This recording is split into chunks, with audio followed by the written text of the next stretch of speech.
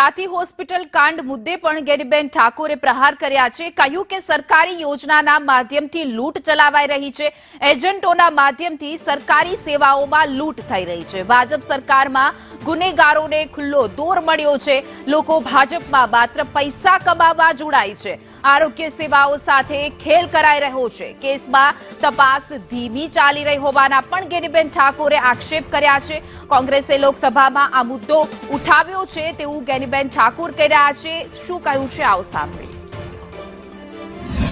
આરોગ્યને લગતી સેવાઓ છે એ આયુષ્યમાન ભારત હોય કે જે હોસ્પિટલોને ઓથોરિટી છે કાર્ડ આપીને લોકોને ઓપરેશન હોય યા જે કોઈ પણ પ્રકારની બીમારી હોય એમાં મદદ કરવા માટેની વર્તમાન ગુજરાતની અંદર ખ્યાતિ હોસ્પિટલ છે અમદાવાદની અંદર, તો એ લોકોએ હેલ્થ કાર્ડનો દુરુપયોગ કરીને એજન્ટો મારફત જે પેશન્ટો દર્દીઓને તકલીફ નથી છતાં પણ એમના ઓપરેશન કરી દીધા અને એના હિસાબે દર્દીઓનું મરણ પણ થયું। એમનું ડેથ એટલે ઘણીવાર માત્ર પૈસા કમાવા માટે જે ભારતીય જનતા પાર્ટીના સાથે સંકળાયેલા જે લોકો હોય એમની જ હોસ્પિટલોને ઓથોરિટી આપવામાં આવે છે અને એમના જ લોકો એજન્ટ હોય છે કે જે લોકોના આરોગ્ય સાથે ચેડા કરે છે।